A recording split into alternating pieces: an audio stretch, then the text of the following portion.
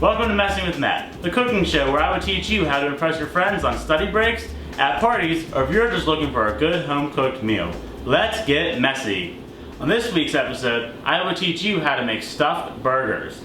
To start off, you're going to need at least a half pound of your preferred meat. This is regular ground beef, or for those of you that like the healthier option, I recommend getting ground turkey. Both taste quite delicious. You also will need onion flakes, barbecue sauce, breadcrumbs, cheese to stuff with, buns, and any assortment of condiments that you prefer.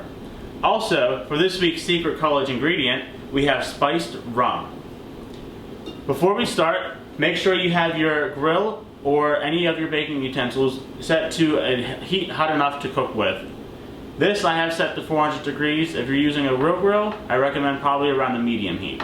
To begin, we're going to get our onions. And you go ahead and you sprinkle about, I'd say, a tablespoon in with a half pound of meat. So if you're doing a pound, it's 2 tablespoons. So there's your onions. Next, let's put in a little bit of barbecue sauce. The reason why I like barbecue is because it gives it a nice smoky flavor, and it gives you that good old home-cooked Western feel to it. So you go ahead, you sprinkle it in. You don't want to put too much in because you're also putting rum in, which is going to make it really wet. So we'll only go ahead and do that next. You take your rum. I'd say about a shot would do good. This is in substitute of usually putting, about a half shot. We'll say half shot. This saves on, having to go out, buy vinegar, Worcestershire sauce, whatever. This gives it that good. Again, if it's spiced rum, it gives it an oaky feel since we're cooking inside and not on a real grill.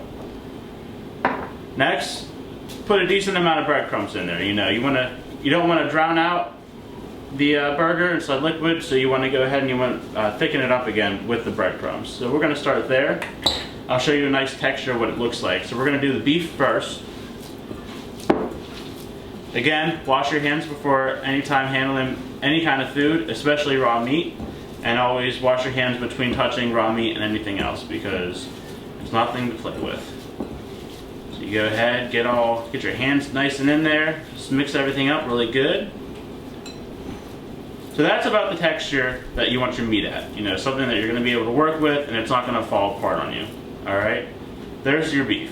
Moving on to the turkey, we're going to do the same thing. Just mix it up so it has a nice consistency. Turkey's a little bit more moist than your beef, so you might have to put a little bit more breadcrumbs in, but this is actually turning out to a nice consistency. So there's your basic ground meat mixture. And like I said, those combinations of taste really give it a nice smoky flavor, whether or not you're cooking inside or outside. So next, why don't we go ahead, we're going to split this up into 3 burgers, okay? So give it a good even amount between the 3 balls on each side.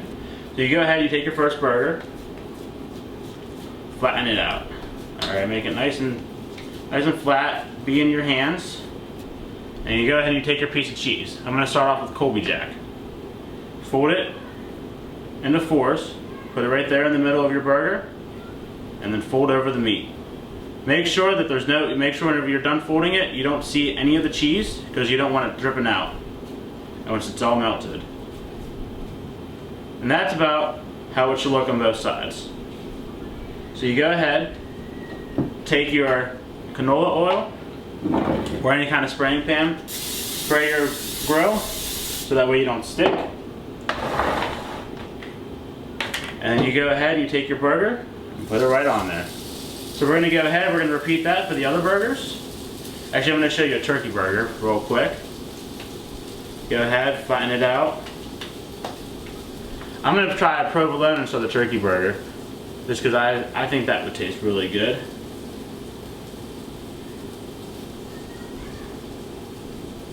You go ahead, the same thing. Make sure you cover your cheese all the way so it doesn't leak out and you don't miss out on that good juicy flavor of the cheese on the inside. So there's your turkey burger. Put those on.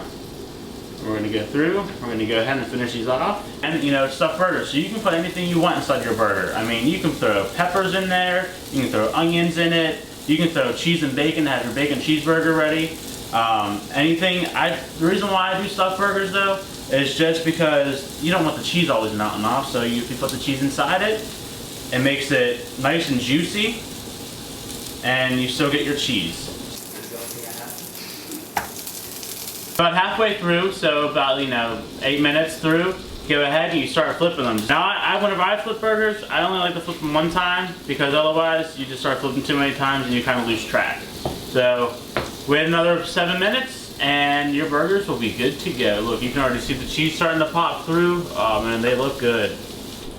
The best indication to know whenever your burgers are done or not is whenever you can tell that all the cheese is melted. So on this one, we'll show you. Pick it up. You see some cheese is coming out the bottom, the cheese is melted on the top, so that means both sides are done.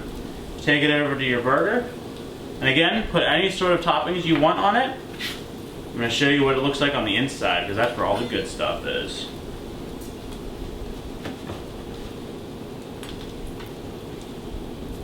Look at that. That's your stuffed burger. Come on over, let's grab a burger, everybody.